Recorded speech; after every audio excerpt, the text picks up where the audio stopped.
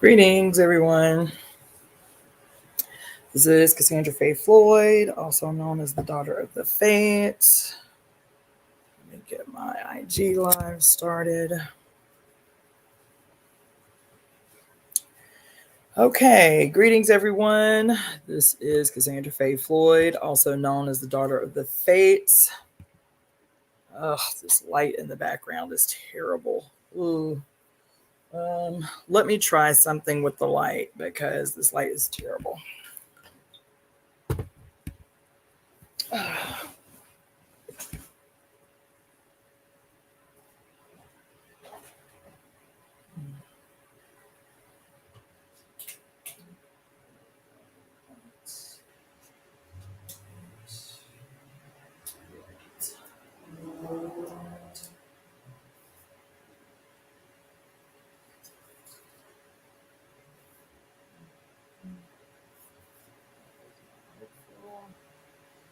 Might feel bad, whatever.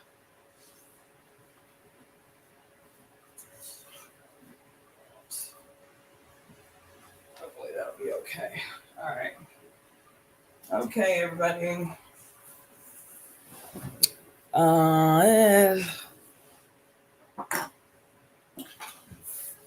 Yeah, the light over here is not great.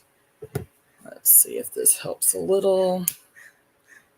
Light a candle, see if that works. Not really. Whatever. Okay. So, greetings, Carlotta. Woo! Greetings, Carlotta. So I'm going to be very disciplined in the read today because I told y'all I had to get a second job, and so I have to work tonight. So what we're going to do is go ahead and dig in this book right out the gate. And then I want to greetings, Nikita. I haven't seen you in a minute. So I just want to do a little bit of housekeeping. So today is Friday. So there will be no live tomorrow. There will be no anything tomorrow. Sunday, November 12th. Sunday, November 12th. Ooh, this lighting is off. Let's try it this way. That's a little better. Sunday, November 12th is going to be our regularly scheduled temple service. But it'll be the first temple service in quite a few months that we actually are going to be on location. So I am working still on the Eventbrite. I know, but I'm working on the Eventbrite invite and the event invite on the Facebook page. But in the meantime, for those of you who are in the greater LA area and would like to participate, damn it. Oh, okay. No, I'm good. Participate in the service on location. That address is 3508 West Jefferson Boulevard in Los Angeles. 3508 West Jefferson Boulevard. 3508 West Jefferson Boulevard. That is this Sunday at 11 a.m. Pacific Standard Time. Okay? Now, let's get in this book because I do not have a lot of time. All right. So for those of you who have been on this journey with me, we are reading Pure Lust, Elemental Feminist Philosophy by Mary Daly. Greetings, Frank. Happy Venus Day. So Pure Lust, Elemental Feminist Philosophy by Mary Daly. Those of you who have your book and have been following along, we are on page 280. We are on the section called Outrageous, Contagious Courage. We're going to get right into it. Actually, let me drink some water.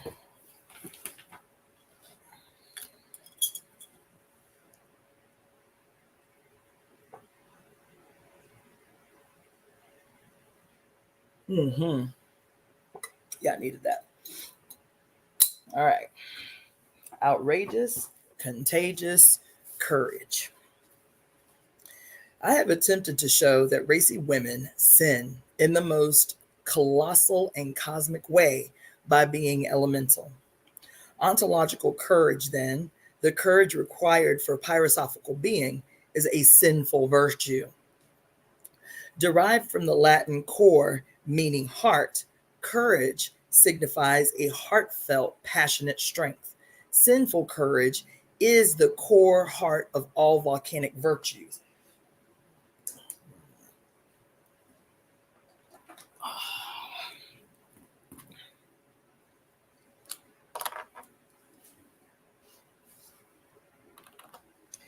The courage of pyromantic crones is necessarily outrageous. One meaning of the word outrageous is, quote, exceeding the limits of what is normal or tolerable. Uh-oh. Hey.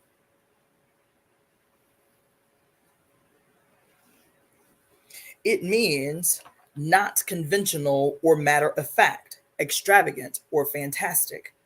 An outrageously courageous crone, since she is pyrogenetic and therefore not conventional or matter of fact, risks being perceived as outrageous in the sense of extremely offensive, in the sense of, quote, extremely offensive, showing a disregard for decency or good taste.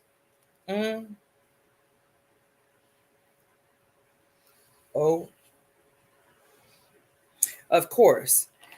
As her taste becomes more and more discerning, she is more and more subjected to the foreground labeling as tasteless. Such deprecations should be treated as encouraging and heartening signs that she has made progress in reversing the reigning reversals. At the core or heart of the maze of reversals, which raging, outrageous women must reverse, are the Sado ideology and Sado symbolism of the heart itself. The heart is said to symbolize the center of being, both physical and spiritual, the divine presence at the center. The symbol of the heart as the center has been spoiled for countless women, however, by the sickening sadophysicism, sadosophism, that man is the head and woman is the heart. For the cliche is intended to legitimate women's condition of subjugation as entombed in the touchable caste. The Sado sages speak euphemistically of the heart as representing the central wisdom of feeling, as opposed to the head wisdom of reason. The clue to the ensuing deceptions is in the dichotomy and opposition itself. No matter how highly patriarchal propagandists extol what they call the heart, their ascribing of this to women says it all. The central wisdom of feeling. It is intended to signify mush-headed sentimentality requiring control by the head. Oh, whoa, whoa, whoa, whoa.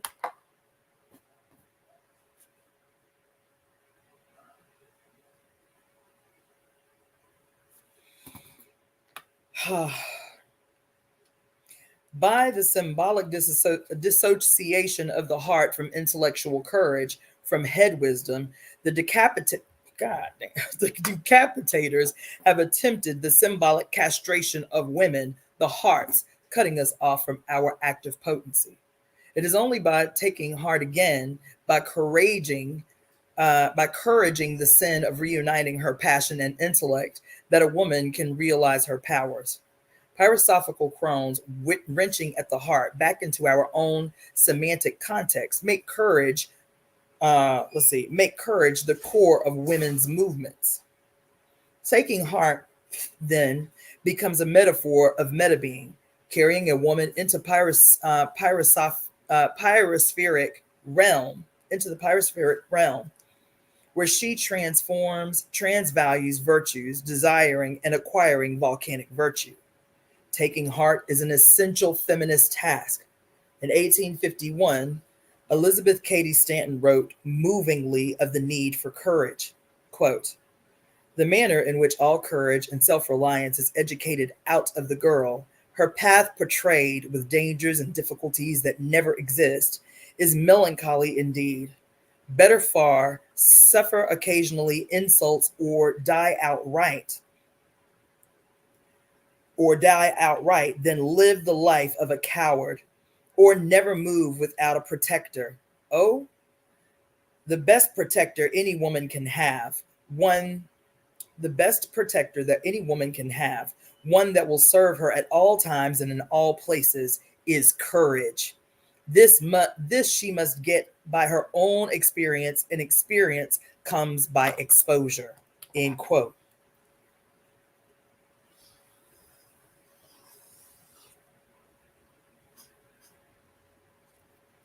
Mm. Here, Stanton names the problem: the breeding out of courage from women under the guise of protection. Oh, okay. Damn, damn, damn. The breeding out of courage from women under the guise of protection. The breeding out that breaks the hope of breaking out.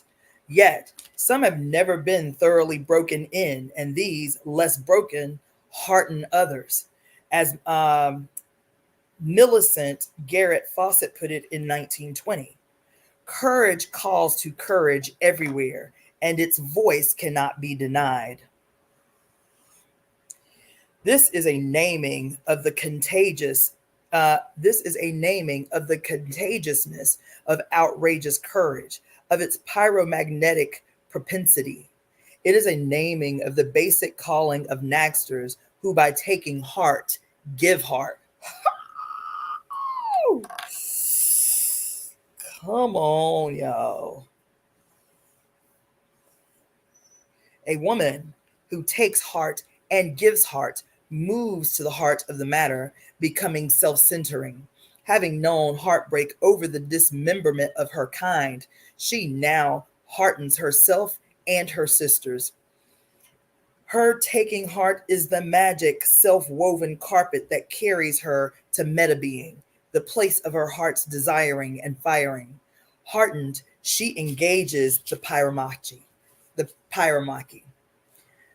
fighting with fire, with the fullness of luminous intelligence, the radiance of realizing reason. Her words and actions are outrageous simply because they are beyond the prescribed limits of the familiar flatland. She judges and acts according to pyrometric standards. Such taking heart is essentially that which can give heart to another woman, in the sense of encouraging her to reclaim her own heart and head. I am not suggesting that an outrageous woman acts courageously chiefly in order to inspire others. Rather, her taking heart is essential to her own elemental being. It is contagious, but not always in an immediately perceptible way or perceivable way. Yet crones know that courage is the elemental lifeline. Man, y'all. Mm, mm, mm, mm. Yes. Yes. The furious fighting cow and how she escaped. Courage is a bond between outrageous women and other wild creatures, especially those who, in some dimensions at least, escape the Sato rule. In a remarkable travel book, The Sea and the Jungle, a favorite book of Rachel Carson, H.M.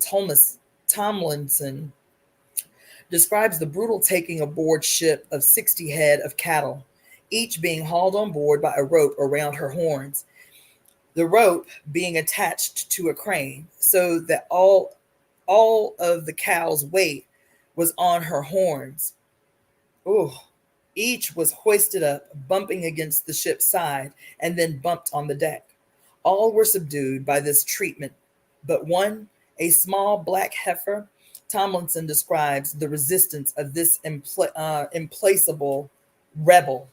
Quote, the cattleman, as punishment for the trouble she had given them ashore, kept her dangling over the deck, and one got level with her face and mocked her, slapping her nose. She actually defied him. She was no cow. She was insurrection. She was the hate for tyrants incarnated. They dropped her. She was up and away like a cat. She put everybody on the deck in the shrouds or in the forecastle, head as she trotted around with her tail up, looking for brutes to put them to death. None of the cows, of course, helped her. By a trick, she was caught. Then she tried to kick all who had passed. If the rest of the cattle had been like her, none would have suffered. Alas, they were probably all scientific evolutionists, content to wait for men to become kindly apple lovers by slow and natural uplift. It gravely deprecated the action of the heifer from which, as peaceful cows, they disassociated themselves. End quote. Oh, so shit. Oh my God. During the voyage, though her head was fixed immovably, unlike the others, the black heifer kept her unabated fury. Recalling this, Tomlinson wrote, "What a heart!" But the story does not end here. After the journey, the men had to unload the cattle. Quote, "We waited for the turn of the black heifer. She made a furious lunge at the men when her nose was free, but the winch rattled, and she was brought up on her hind legs, blaring at us all. In that ugly manner, she was walked on two legs across the deck, a heroine in shameful guise, while the men laughed. She was hoisted and lowered into the river. She fought at the waiting canoe with her feet, but at last the men released her horns from the tackle. With only her face above the water, she heaved herself, open mouthed, at the canoe, trying. Let's see, at the canoe, trying to bite it, and then made some almost successful efforts to climb into it. The canoe men were so panic stricken that but they did nothing but muddle one another's efforts. The canoe rocked dangerously. This wicked animal had no care for its own safety like the other cattle. It surprised its tormentors because it showed its only wish was to kill them. Just in time, the men paddled off for their lives, the cow after them. Seeing she could not catch them, she swam ashore, climbed the bank, looking around, then for sight of the enemy. But they were all in hiding, and then began browsing the scrub. End quote. This story, which could be called The Furious Cow and How She Escaped, depicting the triumphant escape of the heifer who did not have the support of her subdued sisters, might be taken from its context and read as a poignant parable for weary and discouraged feminists, the moral being, take heart. If the brave heifer had been able or willing to read, she certainly would have agreed with Stanton's words, quote, better far suffer occasional insults or die outright than live the life of a coward, end quote. In any case, she demonstrated her knowledge of the fact that sinful courage does not, of its essence, rely upon sisterly support. Oh, to recognize this is not to fail in blaming the other victim. What embattled woman or animal has energy to squander on that? To recognize this is to cultivate the self-reliance so prized by Stanton and other sturdy souls, who, of course, have given heart beyond measure.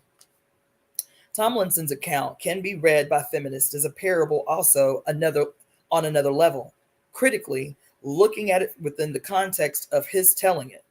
For this story of the brave heifer and the 59 who were subdued leaves something to be desired. His playful description of the peaceful cows as gravely deprecating the action of the heifer, erases the fact that it was the torture endured by the animals that had subdued them. Yes, yes, yes, yes, yes, yes, yes, yes, yes.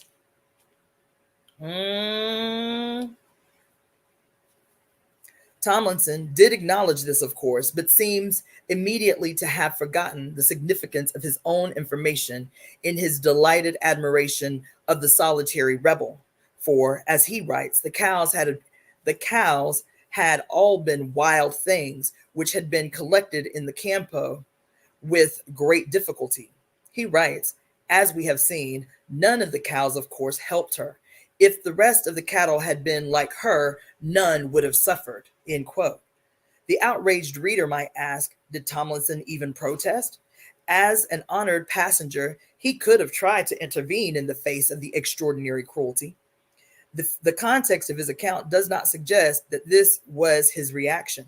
Tomlinson does record the great joy which he and his companion, the ship's doctor, experienced at watching the tortured heifer's efforts to free her horns, but great joy at seeing the struggle of one implacable rebel does not strike the critical reader as an adequate response to his spectacle of suffering and bravery. In short, the self-description of Tomlinson portrays and betrays the attitude of the liberal who by his passivity legitimates the lecherous state. Okay. Woo. Yo. Listen, in short, the self-description of Tomlinson betrays and portrays the attitude of the liberal who by his passivity legitimates the lecherous state. He legitimates this state also by his propensity for singling out the singular courageous victim escapee for his admiration while sustaining contempt for the others. Oh, the subliminal association with women and other oppressed people is not hard to detect, nor are the applications. In contrast to this sympathetic liberal observer stance, the position of the self-reliant, outrageous, courageous crone implies refusal to ease the history of oppression of those sisters who were subdued and conquered. The furiously focused recalling of the history of oppression of all women is essential to the identity of a feminist and for sustaining philosophical vision, even under conditions of seeming desertion and isolation. Ho, ho, ho, ho, ho. Greetings, Abasi. Naming outrageous courage. So for those of you who are just tuning in, we are on page 284 of Pure Lust, page 284 at the last paragraph in the last section called Naming Outrageous Courage. The courageousness of sinful courage, the fact that courage calls to courage everywhere, is yeah. Oh my God. Listen.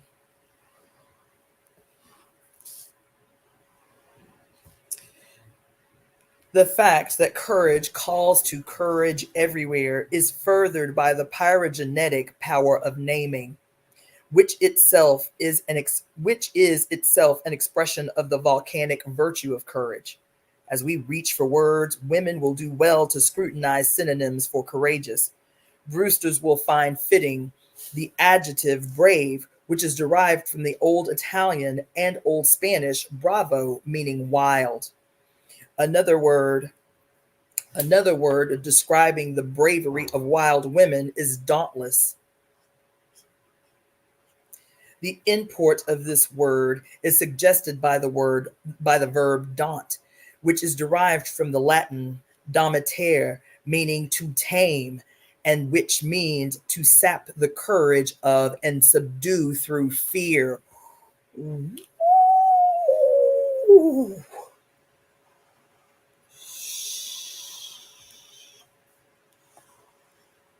To sap the courage of and subdue through fear. Refusing to be tamed, sapped, or subdued, undaunted women become dauntless and undauntable. Valuing being, women are valorous and valiant. As Amazons, women are audacious. As phoenixes, we are intrepid, fear. Y'all. Oh my God. Hold on, let me take it out.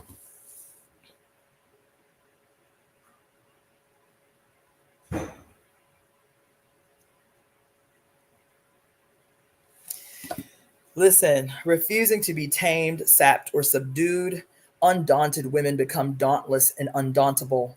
Valuing being, women are valorous and valiant. As Amazons, women are audacious. As phoenixes, we are intrepid, fearless, rising from the fires that were meant to destroy, entering the fire that we are meant to enjoy. Temperance, temper, distemper, and distemperance. I saw that, Abasi. I saw your message this morning. Oh, hold on just a minute. This damn IG be playing with me lately. I don't know what's up with that.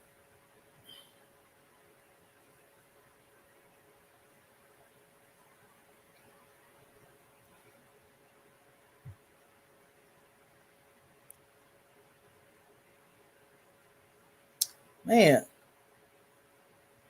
greetings, T. Yeah, my freaking IG be tripping.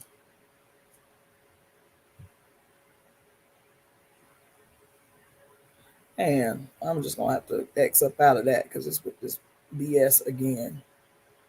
I don't know why all of a sudden my freaking IG is freezing a lot lately.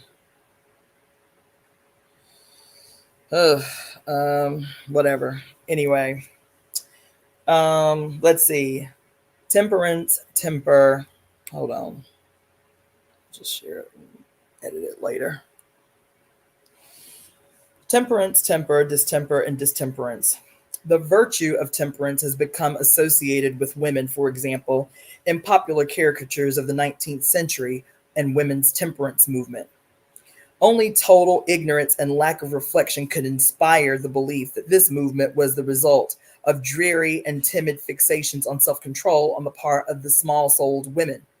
This was hardly the case. Carrie Nation put the real issue most vividly.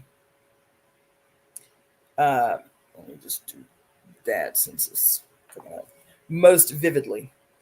Quote, the women and children of Barber County are calling to you men for bread, for clothes, and education. Instead, men and medicine lodge in other towns of Barber County are selling whiskey. No wonder the women want the ballot. End quote. Clearly, the abuse of alcohol by men is linked to the economic oppression of women. Given the societally and legally sanctioned economic power of males, their squandering of money on alcohol has meant serious deprivation for women. Moreover, as Carrie Nation has pointed out, quote, a woman is stripped of everything by them, saloons. Her husband is torn from her. She is robbed of her sons, her home, her food, and her virtue. And then they strip her clothes off and hang her up bare in those dens of robbery and murder. Truly, does the saloon make a woman bare of all things? End quote. An obvious point here is that the temperance about which the reformers were concerned was the temperance of men, not of women. In the classical and Christian philosophical tradition, the virtue of temperance is concerned with the desires and pleasures of the sense of touch, specifically those concerning sex, food, and drink.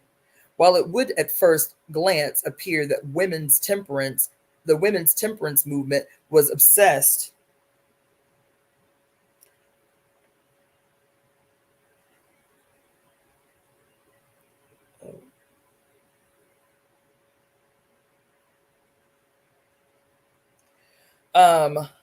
was obsessed with drink alone. Clearly, the implications are wider. The alcohol related intemperance they were trying to fight involved sexual abuse as well as violence of all kinds against women, children, and animals. The crusaders against intemperance were not being prim and proper. They were fighting against the rape and battering of the victims of all ages, against deprivation of needed food, drink, clothing, not to mention respect, kindness, health, and independence. Intemperance of males concerning drink, resulting in sexual brutality and abuses of every kind, has been a very real horror and also functioned for women as a graphic symbol of the intemperance disorder in patriarchal society itself.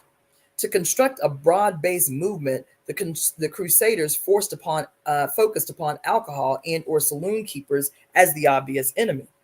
This focusing upon the evil of alcoholism worked as a uniting symbol for the activism of many women. And this activism was educational for those who could move on to a wider oh my God. Excuse me. Hello? Hey, do you want to talk? I need about 30 minutes. Okay, I'm gonna be heading to a meeting here soon. Just call me whenever you're ready. Okay. Bye. Okay, bye. Sorry about that. I got a lot going on. People coming over, all kinds of stuff. So I'm gonna try to move through this quick. I may have to stop a little early tonight. As a matter of fact,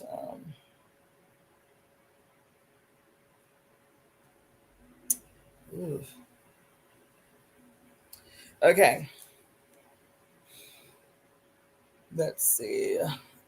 This focusing upon the evil of alcoholism worked as a uniting symbol for the activism of many women. And this activism was educational for those who could move on to a wider perspective of patriarchal oppression. The temperance movement thus functioned to temper women's power, that is, to make these stronger and more resilient. Many other forms of activity and activism also have functioned to temper and tougher women, or temper and toughen female powers. In the 1970s and 80s, a development in some ways comparable to the temperance movement of the 19th century is organized opposition to pornography. To be anti-pornography, of course, does not necessarily imply that one comprehends patriarchy or even opposes it. The feminist anti-pornography movement, however, is the creation of many dreadfully daring and inventive women confronting an extremely pivotal form of patriarchal oppression, which is recognized as such. Crones see that it is necessary to expand this vision continually, seeing pornography in the context of manifold forms of oppression and also focusing female energy in the directions of spinning and wanderlusting. Otherwise, there is not enough inspiration for moving on. Crones have become aware of the many man-made embedded mechanisms of needing oppression to give life meaning. If hags succumb to this, we are doomed to living and dying out the master's myth of conflict and vindication as the essence of life's purpose. In such a state, we cannot adequately fight pornography or other manifestations of gynocide. To deprive ourselves of the spinning dimensions of feminism, then, is ultimately weakening. Yet, of course, it is also debilitating to give up the fight, to retreat from battle. In order to deal with the dilemmas posed by this complex situation, Amazons need to acquire the virgin virtue of pyrosophical temperance, which is quite other than the virile virtue of temperance itself. To understand pyrosophical temperance, it helps to know that the word temperance is derived from the Latin tempere, meaning to mix or blend or regulate. A furious woman's temperance requires that she mix, blend, and regulate the complex elements of her struggle and of her creativity in modes that are pyrometric, passionately measured. Her work of measuring can be aided by the awakening of words related to temperance, especially temper, distemper, and distemperates. These are sister words, radiant with pyrogenetic meanings. I shall consider each in turn. The verb temper can evoke understanding of pyrosophical temperance.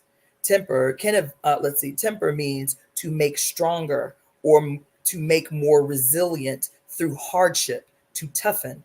The hammer blows of fate seem not to weaken but to temper her strength. John Bakken.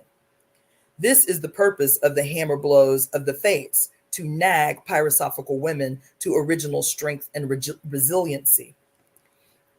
Overcoming the efforts of phallic temperance and intemperance and finding the unity of harmony within women's selves require tempering in other senses as well. The verb temper means to put in with, to attune.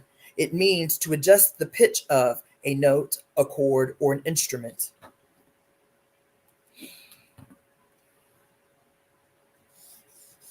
A note, a chord, or an instrument. The tempering of pyrogenetic women involves becoming attuned to elemental forces. As a woman becomes more resilient, this attunement becomes sharper, better adjusted to the pitch as well as to the rhythms of wild nature. Temper, as a noun, has an ambidextrous quality that is suggestive of virgin versatility. It means heat of mind or emotion, proneness to anger, passion. It also means calmness of mind, composure, equanimity. A woman acquiring pyrosophical temperance needs temper in both of these senses as she becomes more resilient and attuned to the elemental energies within and around her. Of course, a pyrosophically temperate woman does not wish to acquire foreground temperance, whether plastic or potted, disdaining the pseudo virtue, she actively works to distemper its effects, that is, to throw them out of order. Aware that distemper also means to disturb or derange the condition of the air, elements, weather, climate, etc. Distempering hags healthily disturb the condition of the air and other elements, releasing pent up powers, dismantling the temples of pseudo temperance. Yo.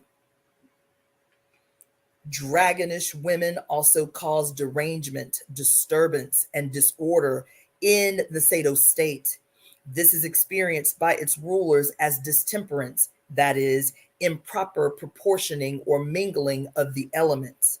Indeed, as dragons, we are most improper, and our mingling of the elements is not at all in good form. Oh my God. Yo, listen, this woman had an attitude. She had a whole ass attitude. Okay. She said dragonish women also cause derangement and disturbance and disorder in the Sado state. This is experienced by its rulers as distemperance, that is, improper proportioning or mingling of the elements. Indeed, as dragons, we are most improper, and our mingling of the elements is not at all in good form.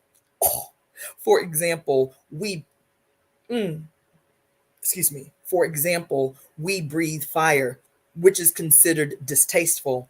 Our propensity as witches to raise tempests is not well received, and such distemperament leads to complaints about our effects upon the general climate and atmosphere.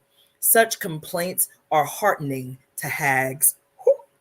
It is difficult to avoid the conclusion that when women are most true to ourselves, we are distemperate, that is, out of order, not functioning normally. As supernormally functioning scolds, sylphs, shrews, wantons, weirds, and company, pyromantic women are definitely out of order. Breaking out of the male ordered catalogs of virile virtues, it is not a tidy affair. Rather, this is achieved through movements that may be compared to tidal waves, and it involves invoking muses and comfort and confronting demons. This brings us to the work of the following chapter. I'm going to stop there. That's a good place to stop because I can just feel this phone is going to ring in a minute now. I got some other things to get to, and we're at chapter 8. So this is a good place to start, to stop. Okay, so I will see you guys on Monday with the continued reading of Pure Lust by Mary Daly. We will pick up on chapter 8, Tidy Demons and Tidal Muses. Tidy Demons and Tidal Muses. So again, just to reiterate what I did at the top of the show, there's obviously no live on Saturdays. Plus tomorrow is 11/11. So if you about that life, get your juju up. Get your juju up. And Sunday, we are going to have our first temple service in a very long time, since like February, live and in person, on location, if you will, at 3508 West Jefferson here in Los Angeles, California at 11 a.m. Pacific Standard Time. But as usual, as always, I will be streaming the service through these various sources: Facebook, YouTube, Twitch, and IG. So tune in tomorrow at Sunday, at 11 a.m. Pacific Standard Time for the temple service of the Temple of Evolutionary Emergence. Temple service, the topic of temple service, and I'll be sending out that evite tonight after I get off work. The title of the temple service is Vengeance versus Justice. Vengeance versus Justice. So Sunday is promising to be a hell of a meeting that we have. So again, my name is Cassandra Floyd, also known as the Daughter of the Fates. I will see you guys on Sunday at 11 a.m. Pacific Standard Time for the temple service, the Temple of Evolutionary Emergence. And then we will return on Friday, 5 p.m. Pacific Standard Time for the continued reading of Pure Lust by Mary Daly. Have a great night. I might do a live a little later this evening after I get off work, just to talk to you about tomorrow, because tomorrow is the 11/11 portal. So it is a pretty magnanimous day. If you want to, in the meantime, I actually did a live about this last year, 11/11, I think last year. So go back to my lives about the 11/11 portal, because it was interesting. The 11, I'm not going to rehash all the crazy information about the 11/11 portal that I found out, because, tomorrow is Veterans Day, and it's not an accident that Veterans Day is on 11/11. I will tell you this, that the original date, the original holiday that became Veterans Day was not founded accidentally. So I'm always talking to y'all about how these people that are in power pull out all the stops: numerology, astrology, the whole nine, right? The original day that became Veterans Day was founded in a peace treaty that was signed on 11/11.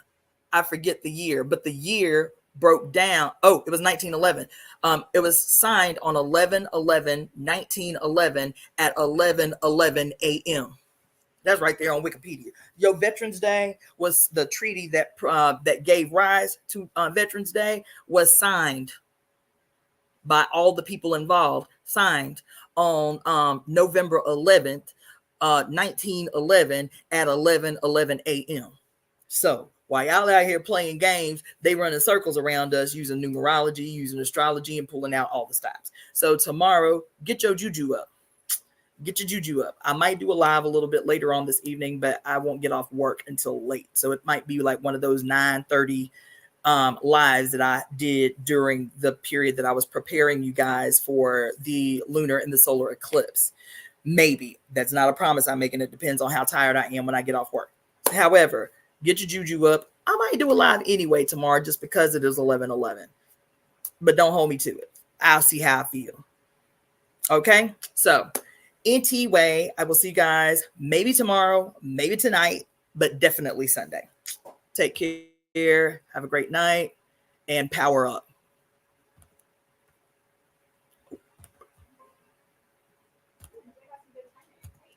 Hey, what's up? I just have some leftovers from